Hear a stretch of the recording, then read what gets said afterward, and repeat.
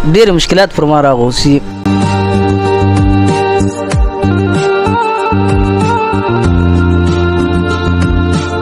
د دې معاشرې په حالات کې زه دومره مجبوره شوم چې زه اول ټینګ کې له کوره نه سو راوتلی.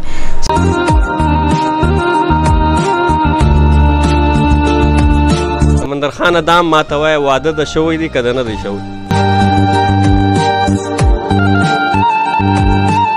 بیا زموږ د ژوب سابق منسټر شیخ جعفر خان هغه له ورغلی یم، بیا اوس کوم موجوده ایم پی دی مټا خان هغه له ورغلی یم.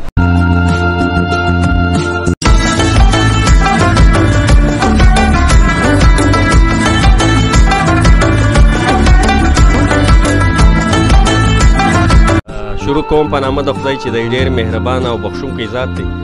قدرمنو کتونکو عظیم خان یم له وطن سره نن د یو داسې شخصیت په وطن چینل کې موږ له ځانه سره میلمه کړی دی چې د ده همت جرأت ته سلام دی چې په دې تکلیفاتو په ژوند کې چې غربت هم دی د ژوند سره ډېر تکلیفات تړلي دي په دې تکلیفاتو کې دی په ډېر همت او په ډېره میړانه باندې خپل ژوند تیروي. تر ټولو له مخه زه خپل قدرمن میلمه ته ښه راغلاست وایم. السلام علیکم، ستړی مه سې. وعلیکم السلام. تر ټولو له مخه عزیز صاحب ستا او ستا د وطن چینل زه ډېر شکریه ادا کوم چې تاسو د خپل قیمتي وخت او ماته راکړي. قدرمنه تر ټولو له مخه خپله لنډه غوندې پیژندګلوي و ګرانو کتونکو ته وکړه.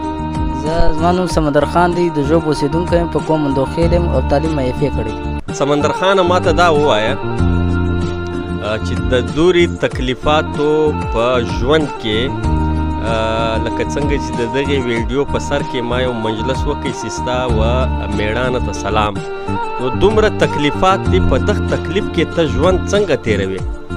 عزیز صاحب دې کې مختلف حالات راځي، په دې کې زه ډېر مشکلات پر ما راغوسي. زه تر هغو مرالو راووتم د دې مارکیټ مقابله ما وکړه، نو هر قسم مشکلات ما له راغو، ما د هغو سامنا وکړله، واقعي ما همت نه وارلی، پریشانه شوم.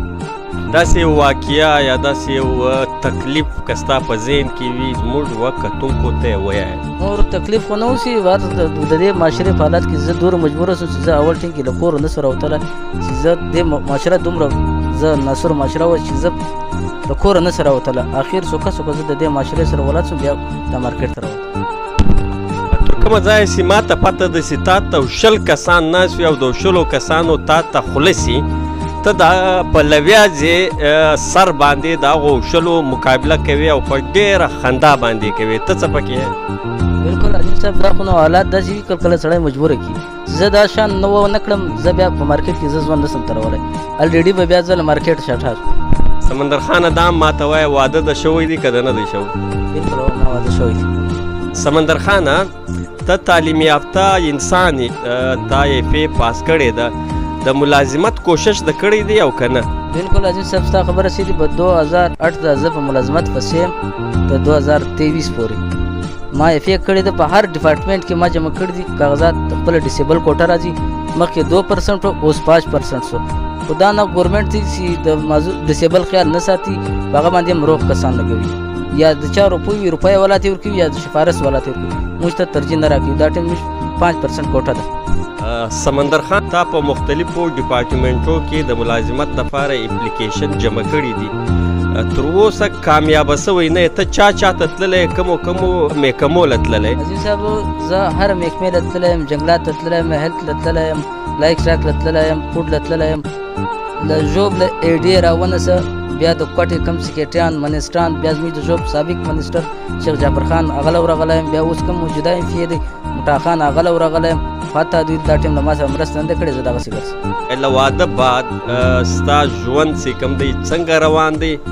ته چونکې له خپل ورور سره په کور کې ګډ یې او ستا ورور واحد کس دی چې د دې کور د چلولو دپاره محنت مزدوري کوي، ته په دې کې څه وایې؟ عزیز صاحب دا خو هر سړي ته معلومه ده که اول سړي په 50 روپۍ ګزاره کولی شي، واده بیا په 10 روپۍ نشي کولی، خرچه الریډي بړاوا شو. نو زه دا ټیم مالي حالات ډېر کمزوری دي، دا زما یو ورور دی، دا ګرد اخراجات برداشت کوي، هم روزمره ګزاره داسې. نو زه د ده ډېر مشکور یم چې دی زما هیلپ کوي، ما بل هیلپ سړی نشته، زما دا یو ورور دی، دا یو له ما سره ګزاره کوي.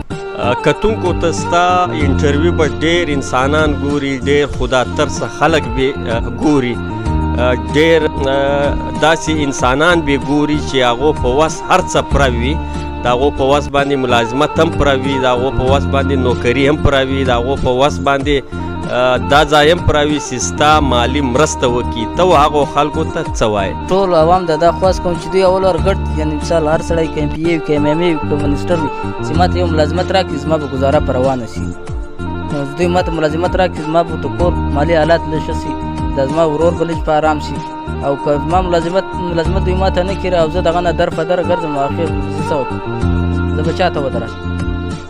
قدرمنو کتونکو، د خصوصي انسانانو د پاکستان په ګورنمنټ کې په ملازمتو کې خپله کوټه وي.